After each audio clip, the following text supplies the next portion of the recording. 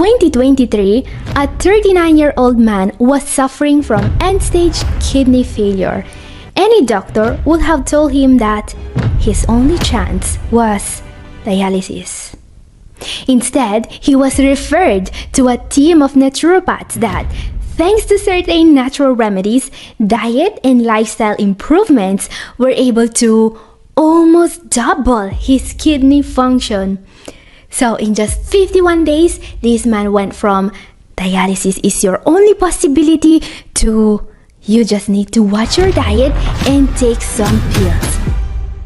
And yet, most doctors are still telling their CKD patients that there is no hope.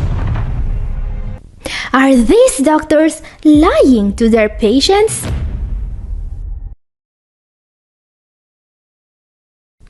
Catherine here, I'm a naturopath and a researcher in the field of kidney health. There are 5 lies some doctors are still telling their patients and that will prevent any improvement in their kidney function. Let's see what they are. Number 5. This is a big lie many doctors tell their patients. The lie is that there is no hope of improving. Wait. What? Many CKD patients will hear this lie at least once, especially if their diagnosis came too late. But why do I think this is a lie, you may ask? Well, not just because of the case study we have seen in the intro. No. There are actually many other documented cases like that one of CKD patients improving even in stage 5. And yet, doctors still say that there is no hope. So how do we treat chronic kidney disease? Unfortunately, this is an irreversible condition.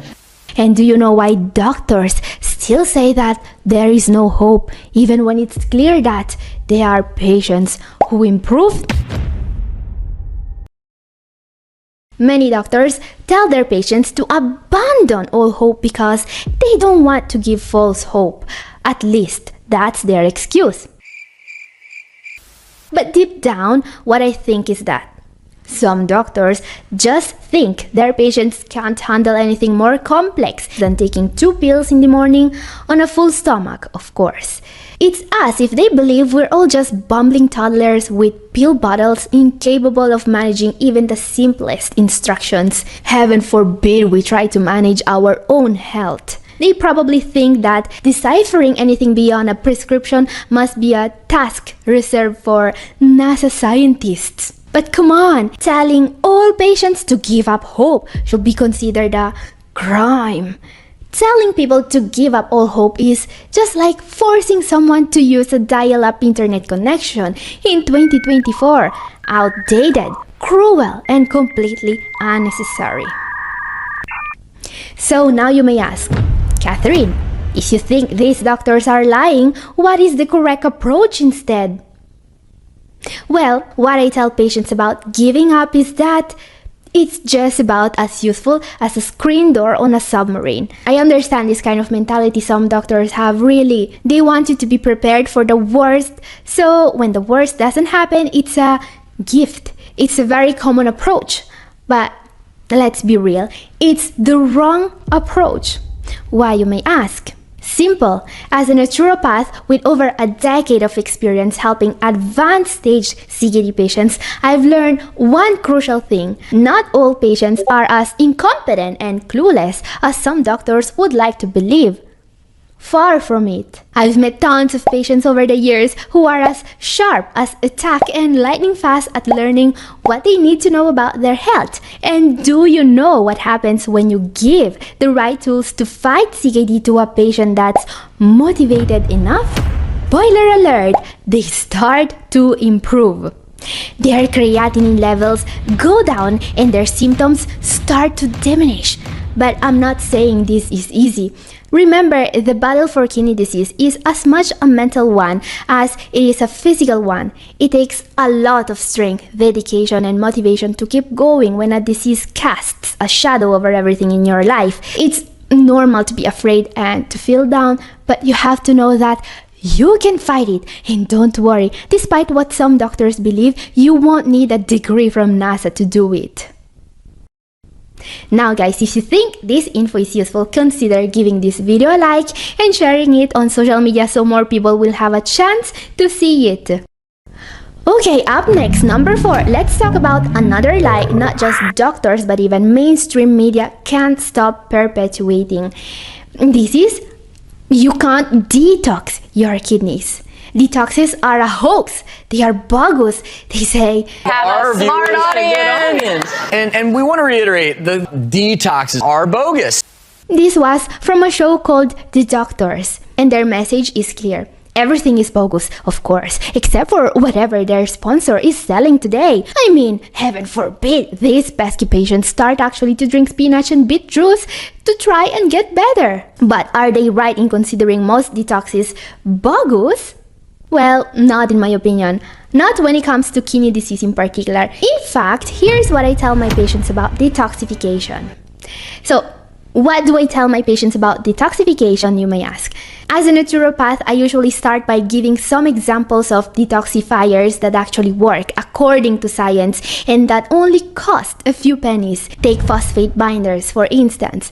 For CKD patients, phosphorus is one of the most dangerous toxins. Alright, if you are not following a low-protein diet, you are likely to have your serum phosphate too high. This is unfortunately linked to a long series of problems, including faster kidney function decline. But if you are started on calcium carbonate, a powerful detoxifier, and a phosphate binder, you are likely going to be able to keep your kidney function for much longer. There are even cases in medical literature of patients who gain back a significant amount of kidney function just detoxifying phosphorus. So yeah, clearly, not all detoxes are bogus. Another example is sodium bicarbonate, of course. This miraculous powder is another powerhouse detoxifier. In fact, it reduces the amount of a dangerous toxin, excess acid. And guess what, guys? Both excess acid and excess phosphorus are the delightful gifts of a too high protein intake. I mean, who needs enemies when there is steak for dinner? So let's say that a kidney patient goes on a detox, alright? They start replacing their beloved red meat with spinach juice and starts using detoxifiers like phosphate binders and sodium bicarbonate. What happens then? Yeah, the patient starts to improve their GFR. Is that bogus? Or have these doctors just stopped paying attention to medical literature? By the way, every time I talk about sodium bicarbonate, I always get the same questions in the comment section. So let's clear out some absolute gems of misinformation floating around this detoxifier. Some people think it contains aluminum. Others confuse it with baking powder. Bless their hearts. Let's take a moment to talk about this kidney-saving home remedy, which is also a standard prescription your nephrologist could give you. So, what is sodium bicarbonate? It's a chemical compound, alright? Technically, it's a salt composed of a sodium cation and a bicarbonate anion. Sodium bicarbonate doesn't contain any aluminum or anything like that because it doesn't contain anything else other than sodium bicarbonate. It only has one ingredient, and yes, most people call it baking soda. But let's not get our wires crossed. Baking soda is not the same as baking powder. Baking soda is pure sodium bicarbonate and nothing else. Baking powder, on the other hand, might contain aluminum and other things you probably don't want. Sodium bicarbonate is sodium bicarbonate everywhere. It's never baking powder. Not in the US, not in the UK, not even in Mordor. You can buy it at the supermarket. You can buy it at the pharmacy. It's always the same. Just one ingredient, one chemical compound. To recap, sodium bicarbonate aka baking soda is prescribed to kidney patients. Baking powder is a leavening agent and you don't want that. Feel free to shout out in the comments if this is still as clear as mud. And yes, of course, sodium bicarbonate is a powerful detoxifier. It's not bogus, it's not a hoax, and it's certainly not a figment of your imagination. Guys, before we move on and see the next slide doctors are telling their patients, I'll give you another example of a detoxifier that's also used in medical practice. NAC, N-acetylcysteine, which is one of the most powerful detoxifiers on earth. And NAC isn't just for the kidneys, it's especially useful for the liver as well. Because you know, the liver is kind of a big deal when it comes to detoxifying the body. Just like the kidneys, it flushes out drugs and other toxins. What this means is that when your kidneys are overloaded, your liver is going to be under a lot of stress as well. And the stress I'm talking about here in medical terms is called oxidative stress, which is just a fancy way of saying your body is drowning in toxins, free radicals to be exact, and doesn't have enough antioxidants to fight them off. Enter NAC, the superhero antioxidant that swoops in and kicks those toxins to the curb in a spectacularly effective way. This is what makes NAC one of the most potent detoxifiers you can find. It's so good at its job that it can be used long-term to prevent oxidative damage to the kidneys, and it was actually used to lower creatinine by 50% in a study, which really says something about its effectiveness. And of course, not all patients need all of these detoxifiers. For example, you need sodium bicarbonate only when your CO2 levels are too low. I only recommend this detoxifier to patients with a CO2 level below 22 milliequivalents per liter.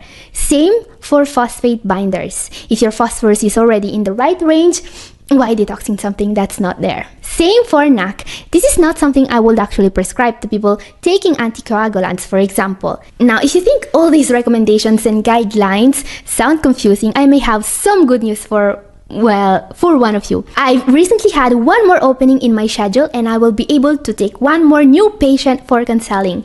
I'm starting doing remote counseling now, and I will be able to guide you to a better kidney health. And I know that some of you are interested because I got a lot of messages asking for exactly that. So check the link in the description, and if you are interested in doing a one-on-one video call, send me an email so we can discuss it.